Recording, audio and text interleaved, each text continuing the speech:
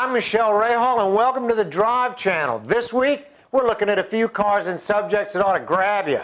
First up in the teaser department, Jared Shelby's at it again with a new car to challenge Bugatti and get back the outright street car speed record. No relation to Carroll Shelby, by the way. The car is called the SSC Ultimate Aero II, and there are only 2 photos of it. Here they are, and thanks to jalopnik.com. This is a great site, and I recommend it. And this is one damn beautiful car. The old SSC Ultimate Aero TT had 1,183 horsepower with a twin-turbo V8, and it held the speed record until the Bugatti Supersport took it away. At $1 to $2 million a car, this is big boy toy competition. Next up is an Eat My Own Words segment, or instead Eat Crow Sushi, because I've never been a fan of Japanese cars.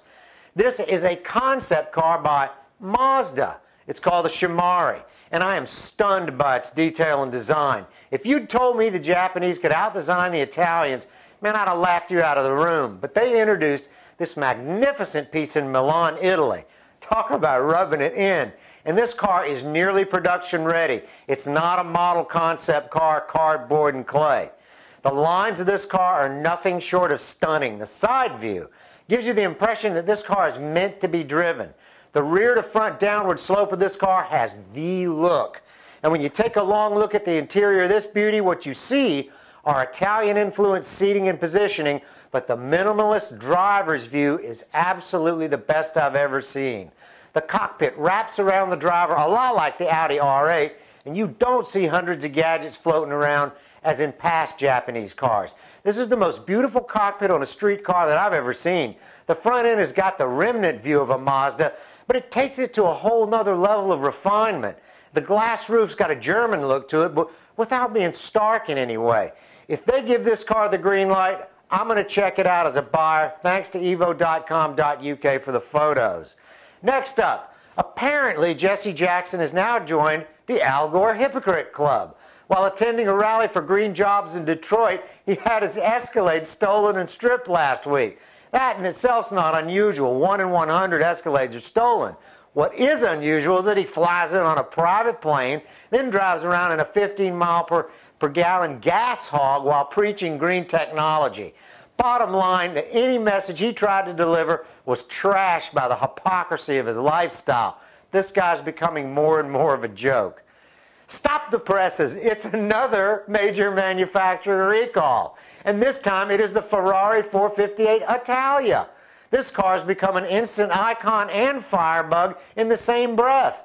Over 1,200 of the $300,000 cars have been recalled due to an adhesive near the engine and wheel well that bursts into flames from the heat. If you got one, then a fire extinguisher ain't going to break you. Go get one. No exact number on how many financially liquid idiots have crashed them, but it's in the Milkaduno territory, if you know what I mean. This car is not for novices. Do not touch the traction control. Finally, I don't ever want to see one of these behind me on the highway. Ford's just announced this new police utility interceptor, and that should put an end to having those bump and run LA runners and stop them once and for all. This thing is like Bigfoot. Just run over them. This one's got it all. 4-wheel drive, heavy-duty electrics, transmission coolers, extra oil coolers, stiffer suspension. And if you want to see the ultimate gun rack, this one's perfect for your AR-15 and Benelli shotgun. You even have a choice in the rear of an open space for I'm going to chew your leg off dog cage. Behave. Watch out for flaming 458s. Don't get run over by Jesse Jackson, and stand in line for the new Mazda Shamari. For the Drive Channel, I'm Michelle Rahal. Keep it between the lines. I'll see you later this week.